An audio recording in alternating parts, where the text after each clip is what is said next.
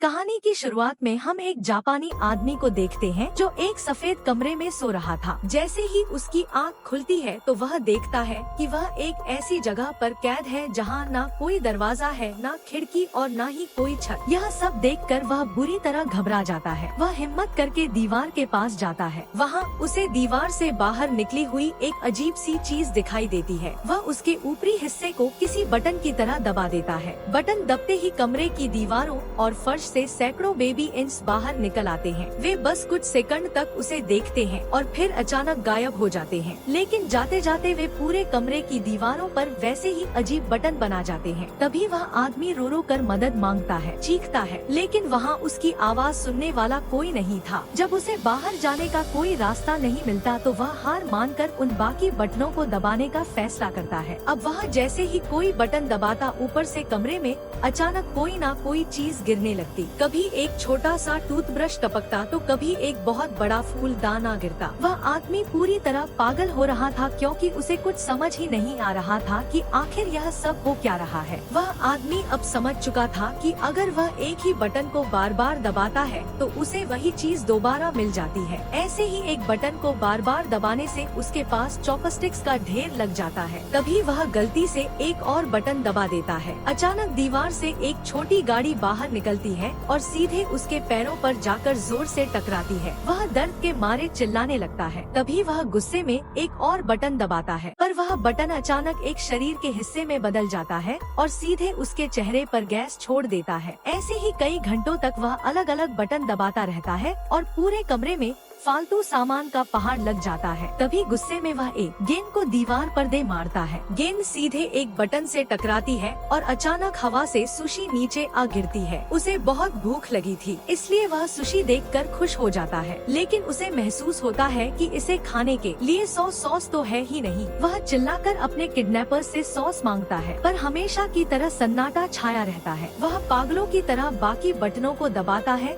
जिससे बहुत सारी सुशी तो जमा हो जाती है, पर सॉस कहीं नहीं मिलता। हार मानकर वह बिना सॉस के ही सुशी खाने लगता है, जो उसे बहुत टेस्टी लगती है। जैसे ही वह सुशी का आखिरी टुकड़ा खत्म करता है और एक नया बटन दबाता है तो सॉस की बोतल नीचे गिरती है। गुस्से में वह उस बोतल को दूर फेंक देता है और एक दूसरा बटन दबाता है। इस बार उसे पुराने जमाने का एक 3D चश्मा मिलता है। जैसे ही वह उस चश्मे को अपनी आंखों पर लगाता है तो उसे हवा में तैरता हुआ एक छोटा फरिश्ता दिखाई देता है। वह फरिश्ता दीवार के एक खास बटन की तरफ इशारा कर रहा था। उस आदमी की आंखों में चमक आ जाती है। उसे लगता है कि शायद उसे यहाँ से बाहर निकलने का रास्ता मिल गया है, लेकिन उस खास बटन को दबाते ही दीवार पर एक टाइमर चलने लगता है और ऊपर से एक विशाल पुतला आकर उसके चेहरे पर गैस छोड़ देता है। कुछ घंटों बाद वह टाइम पास करने के लिए कॉमिक्स पढ़ने लगता है। वह 5 किताबें पढ़ चुका था और उसे बड़ा मजा आ रहा था, लेकिन जैसे ही वह छठी किताब के लिए बटन दबाता है उसे 7वीं मिल जाती है। वह चिढ़कर दूसरे बटन दबाता है,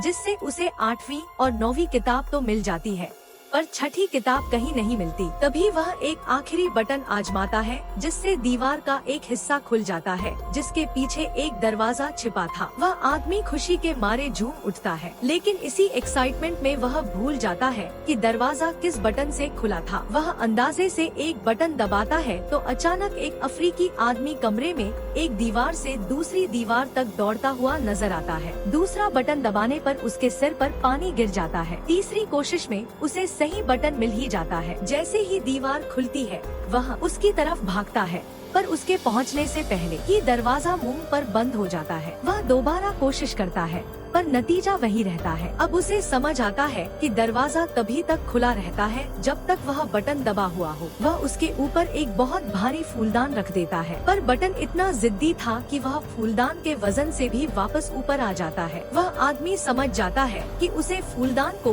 किसी चीज से भरना होगा ताकि वह और भारी हो जाए। पहले वह पानी वाला बटन दबाता है, पर उसका कोई फायदा नहीं होता। वह चाहे जितनी कोशिश कर ले, पर पानी सिर्फ उसी के ऊपर गिरता है। फिर वह फूलदान को सुशी से भरने की कोशिश करता है, पर वह इतना भारी हो जाता है कि वह उसे उठा ही नहीं पाता। फूलदान का मुंह भी इतना छोटा था कि उसका हाथ अंदर नहीं जा रहा था, इसलिए मजबूरी में उसे चॉपस्टिक से एक एक करके सुशी बाहर निकालनी पड़ती है। काफी देर बाद जब वह थोड़ी सुशी निकाल लेता है तो वह किसी तरह फूलदान को उठा पाता है और बटनों के पास ले जाता है, लेकिन वहाँ पहुँचते ही वह फिर से भूल जाता है कि सही बटन कौन सा था। वह अंदाजे से एक बटन दबाता है तो फिर से वही अफ्रीकी आदमी दीवार से बाहर निकलता है और गलती से फूलदान से टकरा जाता है, जिससे वह फूलदान टूटकर 2 टुकड़ों में बिखर जाता है। यह देखकर वह आदमी पागलों की तरह चिल्लाने लगता है और इसी गुस्से में उसे सही बटन मिल जाता है। अब वह उस बटन के ऊपर सुशी का ढेर लगाना शुरू कर देता है ताकि वह दबा रहे, लेकिन सुशी वाला जुगाड़ भी काम नहीं आता और वह जिद्दी बटन चावलों के बीच से वापस बाहर निकल आता है। इसके बाद वह आदमी बटन पर टेप चिपकाता है और फिर लोहे की प्लेट के साथ टेप लगाता है, पर कुछ भी काम नहीं करता। बार बार गिरने की वजह से उसे बहुत दर्द हो रहा था, इसलिए वह दर्द की दवा खाकर थोड़ी देर सो जाता है। सोकर उठने के बाद वह अपने दांत साफ करना चाहता था तो वह पानी वाला बटन दबाता है, पर इस बार भी उससे गलती हो जाती है और गलत बटन दब जाता है,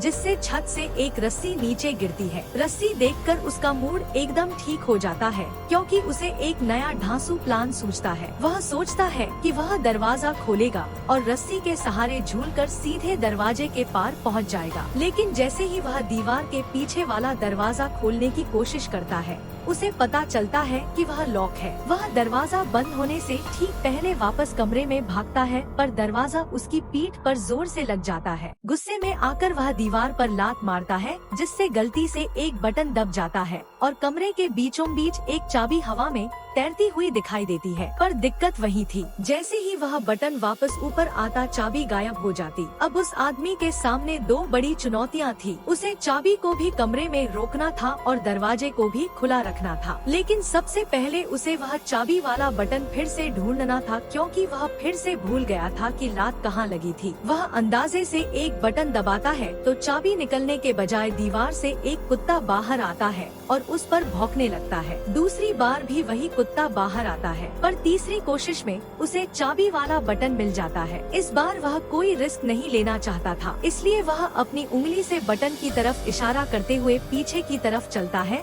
और एक सुशी का टुकड़ा उठाकर उस बटन पर निशान लगा देता है, लेकिन जैसे ही वह उसे दबाता है फिर से वही कुत्ता बाहर आ जाता है। काफी मशक्कत के बाद उसे सही बटन फिर से मिल जाता है। अब वह एक नया ढांसू प्लान बनाता है। वह छत से लटकी रस्सी को पकड़ता है और हवा में झूलते हुए अलग अलग बटनों तक पहुंचने की कोशिश करता है, पर फिर भी बात नहीं बनती। फर्श पर गिरते ही उसकी नजर एक प्लंजर पर पड़ती है। उसे एक आइडिया आता है कि वह प्लंजर की मदद से दीवार को धक्का देकर खुद को और दूर तक उछाल सकता है। एक आध बार फेल होने के बाद उसका यह मास्टर प्लान काम कर जाता है। वह रस्सी पर झूलता है, प्लंजर से दीवार को धक्का देता है और फुर्ती से चाबी वाला बटन दबाकर चाबी लपक लेता है। इसके तुरंत बाद वह दरवाजे वाला बटन दबाता है और दरवाजा बंद होने से पहले उसके पार पहुंच जाता है। वह बिना वक्त गवाए चाबी को ताले में डालता है और उसे घुमाता है, पर तभी उसे पता चलता है कि दरवाजे के ऊपर एक और ताला लगा है, जिसे खोलने के लिए 3 नंबरों वाले पासवर्ड की जरूरत थी। वह आदमी सिर पकड़ लेता है और जैसे ही बाहर भागने की कोशिश करता है,